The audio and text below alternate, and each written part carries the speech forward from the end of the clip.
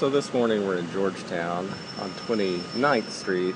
This is the old abandoned power plant, which was finally gone for sale. It's been under the control of the General Services Administration for a long time, which means basically it's been under the control of Congress. It basically has blighted this whole street for a long time. We're behind the Four Seasons Hotel in Georgetown.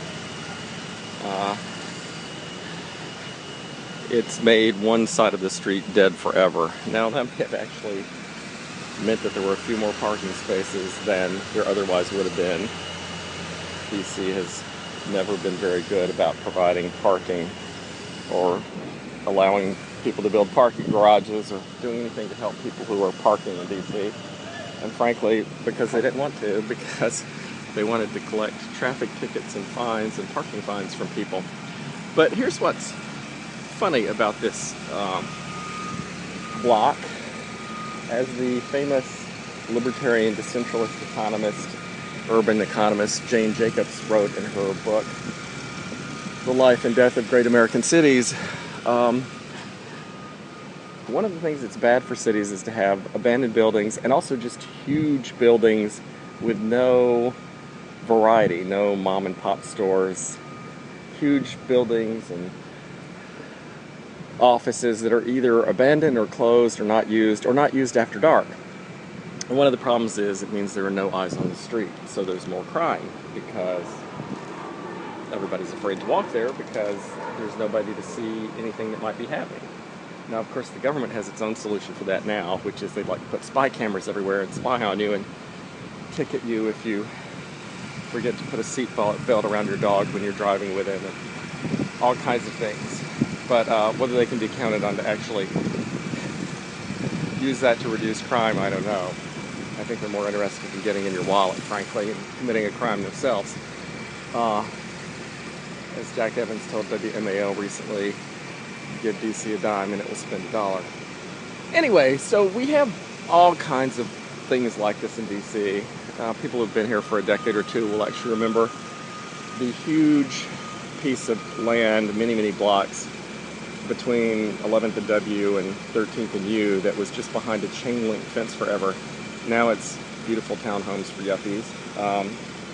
And I think it's beautiful townhomes for yuppies because all the developers who wanted to get at that land that DC had control in had to bribe people in the DC government. I suspect that's what was going on. In order to be chosen as the publicly interested, community approved, i.e. we bribed the politicians, plan to develop those townhomes. But for years, for decades, that was just a dangerous area. You couldn't walk through it, especially after dark. It wasn't producing any property taxes. It wasn't producing any housing. It wasn't doing anything for anybody because they had it all locked up. And they wouldn't allow anybody to do anything with it until they figured out who was going to pay them the most, I suspect, to approve one plan over the other. Anyway, this is actually under congressional control, so the bribes won't be to the DC city government. But here is the question about this. So this is now GSA, and Congress is now holding hearings and forcing this abandoned old building to be sold off so that somebody can do something with it. And there are lots of things you can do with it. You can see it's huge. I mean, it's a huge piece of land.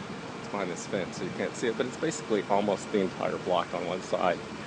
And it's in an area where, if, for instance, you build condos, Harry Reid lives at the Ritz-Carlton about 6 blocks to our west, where a two-bedroom easily cost you over $2 million. And Nancy Pelosi lives at 3030 K Street, about 2 blocks to the east of here, where, again, a two-bedroom condo easily cost you $2 million. So you could make terrifically luxurious real estate out of this, which would pay lots of property taxes to the city. The city would probably then waste money. You could also make other things that were more affordable to more people. You could do lots of things, but whatever you did, this would have some use. You could make it a park, for that matter, a waterfront park, which I think is one of the current proposals. You could do all kinds of useful things with it that would be safer for pedestrians, especially at night, than having a dead abandoned building. But here's the real question. So Congress is finally forcing DC to do something about this. And who is it in Congress who's forcing DC to do something about this? Some Republican congressmen who aren't even from DC. I'm not even sure they're from any states adjoining DC. Why is that? DC's voters are not mainly Republicans. They don't elect a Republican to Congress. The Republicans don't really represent them. Why is it being left up to Republicans to take care of this problem?